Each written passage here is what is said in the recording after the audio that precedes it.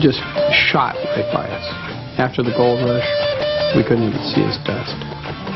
You know, he is, to this day, bigger by himself than the three of us are together.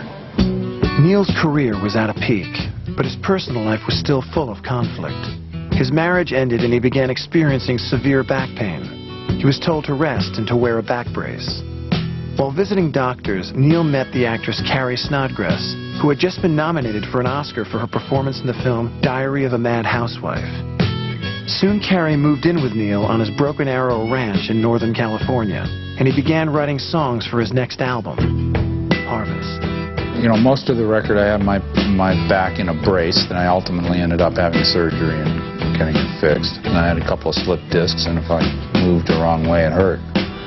But the music just kept on going anyway. That's just a good example of you know, not letting something get in the way of a musical idea, you know. Harvest was the biggest selling album of 1972. Heart of Gold was Neil's first #1 single.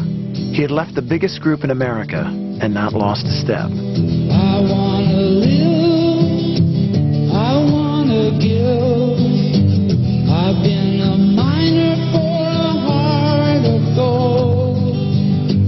It's these expressions I never give that keep me searching for a heart of gold. And I'm getting old. Neil's relationship with Crazy Horse had ended over guitarist Danny Whitten's heroin use. But in November of 1972, Neil asked Danny to join him on the Harvest tour. When Danny showed up for rehearsals, he was too stoned to play. Neil fired him and gave him money for a ticket home. It's like, you know, when you're playing professional football, if the guy drops the ball too many times, he's not on the team. And that seems to be understandable.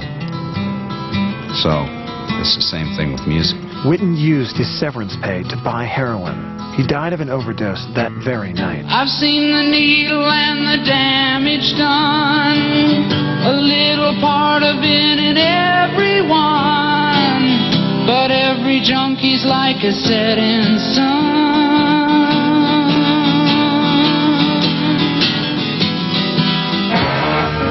Whitten's death shook Neil. His music began to turn darker. People coming to his concerts expecting the mellow sounds of Harvest were instead confronted with a brace of new songs. He later said of Heart of Gold, "This song put me in the middle of the road. Traveling there soon became a bore, so I headed for the ditch. A rougher ride, but I saw more interesting people there." As he walked away from the mainstream, Neil Young was in for a much rougher ride than he could have possibly expected.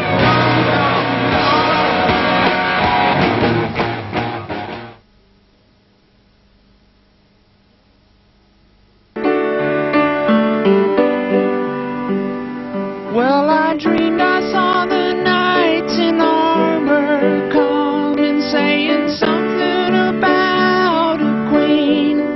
Neil Young had achieved commercial success with the Buffalo Springfield, Crosby, Stills, Nash & Young, and as a solo artist. But he didn't want to stay in the mainstream.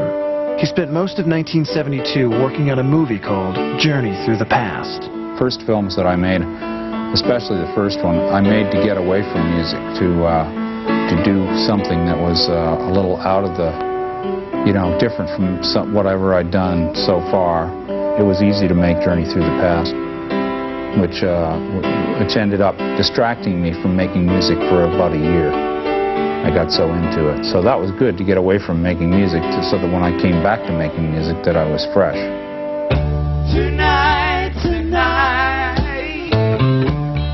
Neil's next albums were a departure from the radio-friendly sounds of After the Gold Rush and Harvest. I think right after Harvest, I started feeling like I was getting in a box, and I had to get out of it. So instead of writing one kind of songs, I just turned around and wrote all the songs that I kind of wouldn't write before, and just all the other ones that were there. The dark themes of his new music reflected the events in Neil's life. The fatal OD of Crazy Horse guitarist Danny Whitten, and the drug death of CSNY roadie Bruce Berry. Bruce Berry was a working man. He used to love that Econoline. September 1972, Neil Young and Carrie Snodgrass's son Zeke was born. Soon after his birth, the child was diagnosed as having cerebral palsy. Neil began to build a wall around his personal life. His reputation grew as a man who was reclusive and mysterious, known for walking away from projects and from his mainstream audience without looking back. This reputation grew during his brief reunion with Crosby, Stills and Nash in 1974. Oh man, take a look at my life from a lot like you. I need someone to love me the whole day through. The four embarked on an enormously successful tour, playing in football stadiums. At the end of the tour, they met in Los Angeles to record an album. But Neil backed out of the project soon after recording began. Well, I can be a team player, but I won't be a team player unless I can play my game. If you have to compromise what you're doing too much or lay back too much on something you want to do to be part of a team, I'm not a good team player there. Neil, you can't predict Neil. You cannot. No one, except Neil, can tell you what Neil's going to do next week. And I like that about him. One of the reasons why some of the albums never got made, some of the tours didn't go off, was because he has no toleration for bullshit. Very little. Zero. If we're not giving 100% to the music, he's gone. And gone like that. So I got four and left them there. They were just dead weight to me. Better down the road without that load. In 1976, Neil reunited with Stephen Stills for an album and a short tour. But after the tour began, Neil quit. He ditched Stephen before a show in Atlanta, leaving behind a telegram that said, "Funny how some things that start spontaneously end that way." I don't work for anybody but the Muse. And once that's gone, I'm out. It's hell. But I have a boss. And that's where I go. And I wake up some morning in the middle of a project, and I start thinking about something else, and I can't get it out of my mind. And I'll give it a day. If it doesn't go away, I'm out of there. I just, that's what I want to do. I try to be mature about it. I try to, take into consideration everything I can, but in the end, I'm not. I'm going to go for it. That's what I've done. So it left a kind of a charred path behind me. He has managed to keep this mysterious attitude and this sense of keeping people off balance slightly because they're not sure what's coming next. His madness is backed up by being brilliant, by writing great songs, by playing great guitar, by making great arrangements and making great recordings. And you can't deny that. In the late 70s, Neil reunited with Crazy Horse, and Daylight broke through again.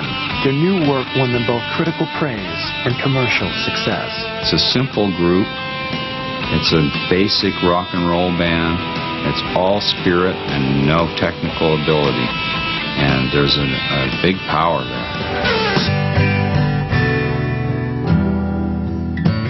The 1980s were the most difficult time in Neil Young's life.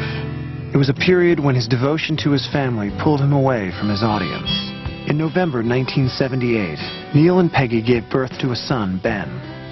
Ben was diagnosed as having severe cerebral palsy. Cerebral palsy is not a genetic disease. Only about 6,500 children in the U.S. are diagnosed with it each year. But Neil now had 2 children by 2 different women with the disorder, a statistical near impossibility. Slow broke, I'm gonna run with you. Wear all your clothes and do what you do. Neil and Peggy began to learn how children like Ben can communicate through computer technology. Again, his life shaped his music. Trans was Neil's first album for Geffen Records. The label didn't know what to make of it. When he handed in a country album, Geffen didn't want to put it out. They asked him to make a rock and roll record. 1, 2, 3, 4. Neil responded by handing in a collection of rockabilly songs.